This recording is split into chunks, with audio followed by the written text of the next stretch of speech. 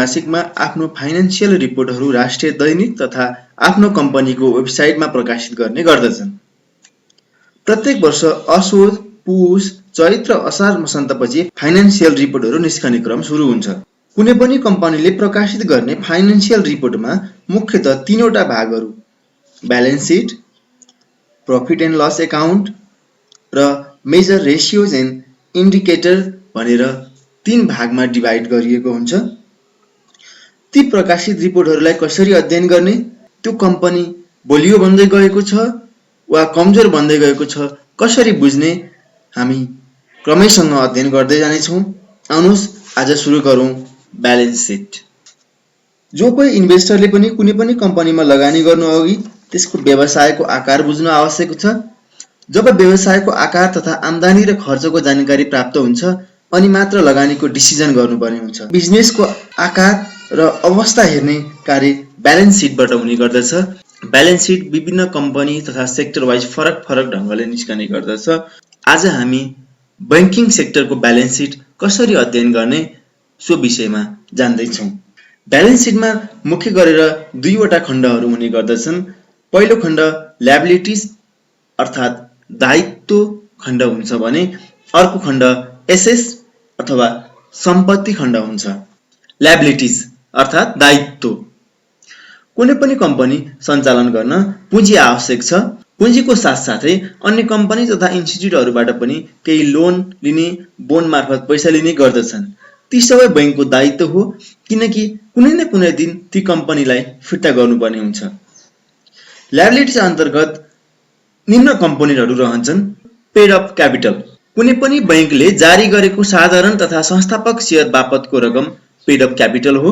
जम्मा share संख्यालाई face value अर्थात् 100 रुपैयाँ प्रति सेयरले गुणन गरेपछि पेड अप क्यापिटल निस्कने गर्दछ। Reserve and surplus. कुनै पनि कम्पनीको समीक्षा अवधिमा तिर्नुपर्ने ट्याक्स लगायतका अन्य रकमहरू तिरिसकेपछि जे जति बाँकी रहन्छ त्यो सेक्सनमा आएर बस्ने गर्दछ। अर्को debenture and bond.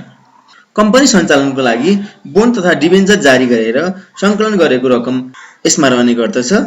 Deposit. बैंकका सेवाग्राहीहरूले deposit गरेका रकम यो बैंकको ल्याबिलिटी सेक्सन अन्तर्गत रहँदछ। त्यसैगरी बैंकले विभिन्न अन्य सङ्घ संस्थाहरूबाट सापटी लिएको बरोइङ एमाउन्ट पनि यसमा रहने गर्दछ र अदर ल्याबिलिटिज त्योभन्दा बाहेकका अन्य बैंकसँग दायित्वमा रहेका रकमहरू ल्याबिलिटी सेक्सन अन्तर्गत रहने गर्दछ। अब त्यसैगरी अर्को पाटो छ एसेट अर्थात् सम्पत्ति। कुनै पनि कम्पनीले जति जति रकम सङ्कलन गर्छ अर्थात् ल्याबिलिटी साइडमा जे जति रकम जम्मा गरेको छ उक्त रकम कम्पनीले लगानी गर्ने गर्दछ। हो त्यही लगानी र लगानी गर्न योग्य रकम कम्पनीको ब्यालेन्स सिटको एसेट साइडमा हुने गर्दछ। एसेट साइडमा निम्न कम्पनीहरू रहन्छन्। Cash and bank balance. बैंकमा हाल जम्मा रहेको नगद क्याश एन्ड ब्याङ्क ब्यालेन्स अन्तर्गत रहने गर्दछ। अर्को इन्भेस्टमेन्ट। बैंकले विभिन्न कम्पनीहरूमा लगानी गरेको हुनसक्छ, सर्ट टर्म लगानी गरेको हुनसक्छ अर्थात् विभिन्न कम्पनीको सेयर खरिद गरेको हुन्छ। बैंक आफैले प्रत्यक्ष रूपमा लगानी गरेका रकमहरू इन्भेस्टमेन्ट सेक्सनमा आएर बस्दछ। Loan advantage. बैंकको मुख्य काम नै रकम सङ्कलन गर्ने, त्यसलाई लोनको रूपमा प्रवाह गर्ने हो। बैंकले विभिन्न किसिमको लोनहरू दिने गर्दछन्। Real estate loan, personal housing loan, margin lending loan, यी विविध जति पनि लोन दिएको हुन्छ त्यो लोन बापत कति रकम दिएको छ लोन एन्ड एडभान्सेस सेक्सनमा आएर राख्ने गरिन्छ। Fix asset. कुनै पनि बैंकको आफ्नो जमिन तथा भवनहरू जति पनि छन् ती सम्पत्तिको मूल्याङ्कन नै फिक्स्ड एसेटमा आएर राख्ने गरिन्छ। Non banking asset. अर्को बैंकले विभिन्न सेवा लिए बापत विभिन्न चार्जहरू लिने गर्दछन्। ती चार्जहरूको एमाउन्ट चाहिँ नन ब्याङ्किङ एसेटमा आउने गर्दछ। अब बैंक बलियो बन्दैछ अथवा कमजोर बन्दैछ कसरी अध्ययन गर्ने भन्ने विषयमा जाउँ। कुनै पनि बैंकले क्वार्टरली रिपोर्ट पब्लिस गर्दाखेरि त्यहाँ 3 वटा कोलम दिएको हुन्छ। पहिलो कोलममा यो क्वार्टरको एमाउन्ट फिगर हुन्छ, अर्को कोलममा यो भन्दा अघिल्लो क्वार्टरको एमाउन्ट फिगर हुन्छ र त्यो भन्दा अर्को कोलममा चाहिँ यही अवधिमा गत वर्षमा के थियो भन्ने अवस्था रहन्छ। त्यो 3 वटा तुलनात्मक अध्ययन गरेर हामी त्यो बैंक बलियो बन्दैछ अथवा त्यसको पर्फर्मेन्स राम्रो बन्दैछ वा घट्दैछ मुख्य के हेर्ने त त्यसमा रिजर्भ एन्ड सरप्लस मुख्य गरेर हेर्नुपर्ने हुन्छ।